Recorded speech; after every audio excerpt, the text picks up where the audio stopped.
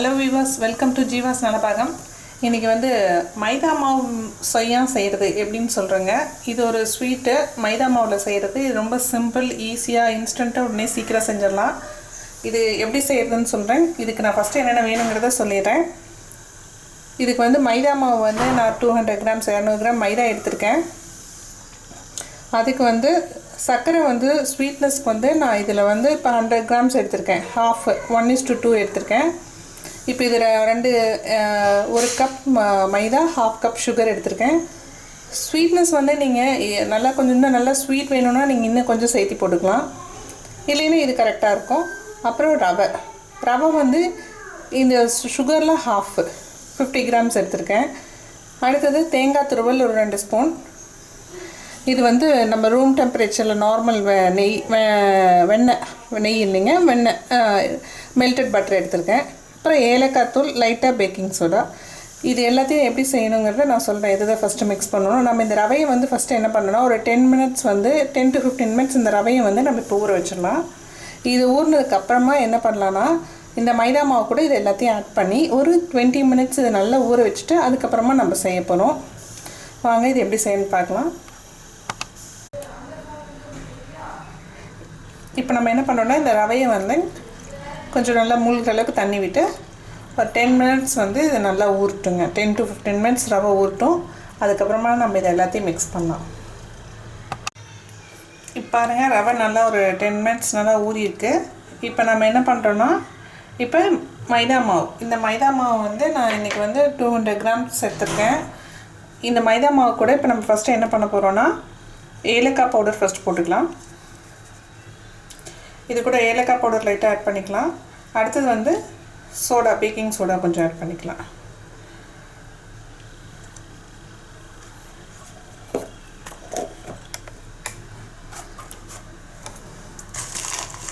Baking soda வந்து லைட்டாக சும்மா ஒரு பிஞ்ச் ஆட் பண்ணிட்டால் போதும்.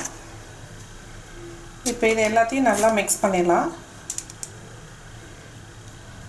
இது எல்லாத்தையும் நல்லா மிக்ஸ் பண்ணிவிட்டு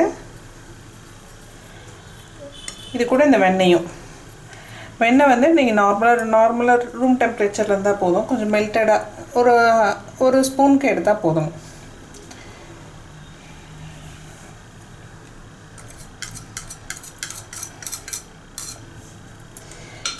அப்புறம் அது கூட வந்து துருவன தேங்காய் வந்து ஒரு 2 ஸ்பூன் ஆட் பண்ணிக்கலாம். அப்புறம் இந்த எடுத்து வச்சுருக்கேன் இந்த சர்க்கரையும் இது கூட சேர்த்துக்கலாம். ஸ்வீட்னஸ் நான் ஆல்ரெடி சொன்ன மாதிரியே உங்களுக்கு பாருங்கள், பார்த்துட்டு அதுக்கு தகுந்த மாதிரி நீங்கள் சேர்த்துக்கலாம். இன்னும் பேலன்ஸ் இருக்கிறத இந்த ரவை மட்டும்தான் இதில் சேர்க்கணும். இதை நல்லா இப்படி மிக்ஸ் பண்ணிவிட்டு இந்த ரவையும் இது கூட சேர்த்துக்கலாம்.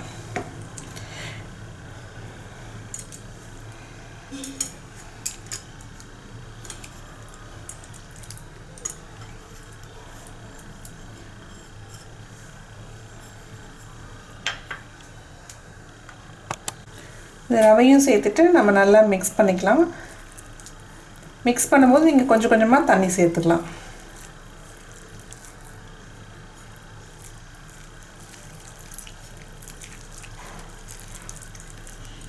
இது வந்து எப்படி இருக்கணும்னாங்க, நீங்கள் ஒரு குழிக்கரண்டி எடுத்து நம்ம எண்ணெயில் வந்து இந்த இனிப்பு சொய்யான நம்ம ஊற்ற போகிறோம். ஸோ நீங்கள் அதனால் என்ன ஆகுனா, ரொம்ப லூஸாகவும் இல்லாமல் ரொம்ப திக்காகவும் இல்லாமல் கொஞ்சம் செமியாக மாவு அந்தளவுக்கு பதத்தில் கரைச்சிக்கணும்.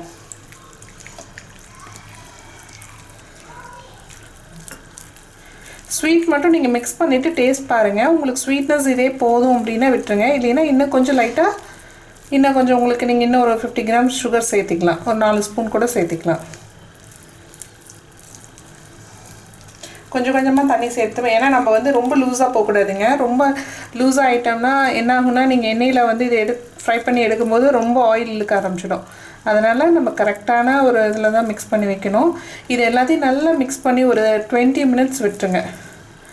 இது நல்லா மாவுலாம் நல்லா அதோட நல்லா மிக்ஸ் ஆகி ஒரு 20 மினிட்ஸ் நல்லா ஊற விட்டுட்டு அதுக்கப்புறமா நம்ம இது செஞ்சோம்னா நல்லா டேஸ்ட்டும் நல்லாயிருக்கும், சாஃப்டாக நல்லாயிருக்கும். இது கூட நீங்கள் வேணால் வந்து எள்ளு சேர்க்கலாம்.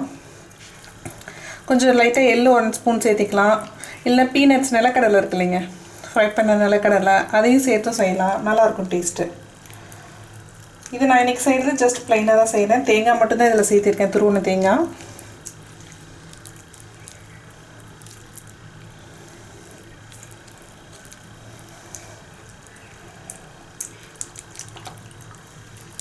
இது கூட வந்து உங்களுக்கு ரஸ்தாளி பழம் இருந்ததுனால பழமும் சேர்த்துக்கலாம், டேஸ்ட் நல்லாயிருக்கும். இப்போ இதை நல்லா மிக்ஸ் பண்ணியாச்சு, ஆல்மோஸ்ட் ரெடி. இப்போ இதை நம்ம ஒரு 20 மினிட்ஸ்க்கு டிஸ்டர்ப் பண்ண வேண்டாம், இது அப்படியே இருக்கட்டும். அதுக்கப்புறமா நம்ம இதை எண்ணெயில் போட்டு ஃப்ரை பண்ணி சாப்பிட வேண்டியதாங்க. ரொம்ப சிம்பிள் அண்ட் ஈஸியான வேலை தான்.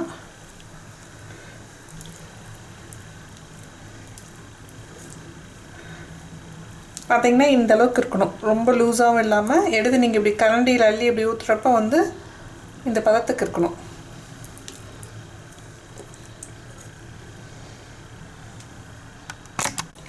இப்போ பாருங்கள், எக்ஸாக்டாக ஒரு 20 to 30 மினிட்ஸ், நல்லா 30 மினிட்ஸே இருக்குங்க. இப்போ நான் நல்லா அது ஊற வச்சிட்டேன்.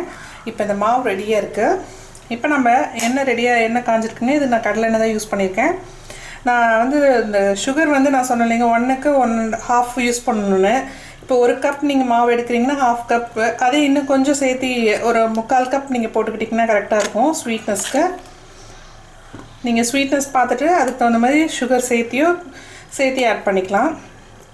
இப்போ இந்த மாவு ரெடியாக இருக்குது பாருங்கள், இந்த பதத்தில் இருக்குது. நாம் இப்போ இதை என்ன பண்ணுறோன்னா,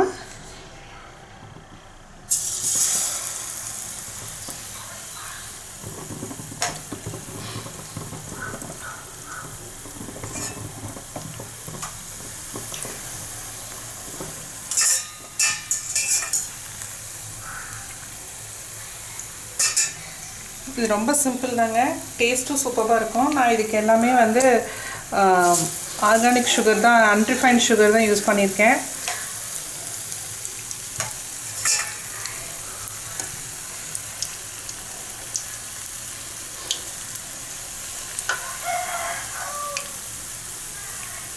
பாருங்கள் எவ்வளோ அழகாக வருதுன்னு.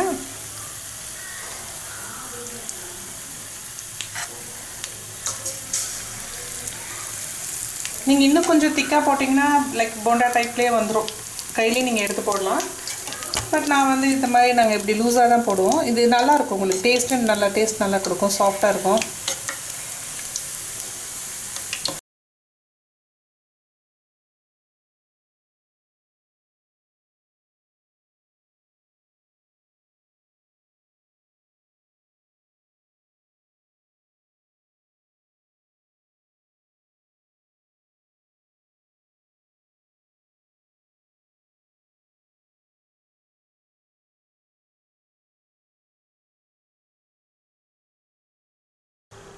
இங்கே பாருங்கள் வீவர்ஸ், சூப்பரான மைதா மாவு செய்யா ரெடிங்க. இது ரொம்ப சிம்பிள் அண்ட் ஈஸி மெத்தட் தான். இதை நீங்கள் வீட்டில் ட்ரை பண்ணி பாருங்கள். ட்ரை பண்ணி பார்த்துட்டு உங்களோட கமெண்ட் சொல்லுங்கள். மறக்காமல் சப்ஸ்கிரைப் பண்ணிடுங்க, பெல் பட்டனையும் கிளிக் பண்ணிடுங்க. அதே மாதிரி இன்னொன்று, ஆல்ரெடி நான் ஏற்கனவே என்னோடய வீடியோவில் பார்த்தீங்கன்னா கோதுமை மாவுலேயும் செஞ்சுருக்கேன். இது நான் இன்றைக்கி மைதா மாவு யூஸ் பண்ணியிருக்கேன். அது கோதுமை மாவு அப்பம் செஞ்சுருக்கேன். இந்த வீடியோவில் பாருங்கள், டிஸ்கிரிப்ஷனில் லிங்க் கொடுத்துருக்கேன். நீங்கள் அதையும் ட்ரை பண்ணி பாருங்கள். செஞ்சு பார்த்துட்டு உங்களோட கமெண்ட் சொல்லுங்கள். தேங்க்யூ.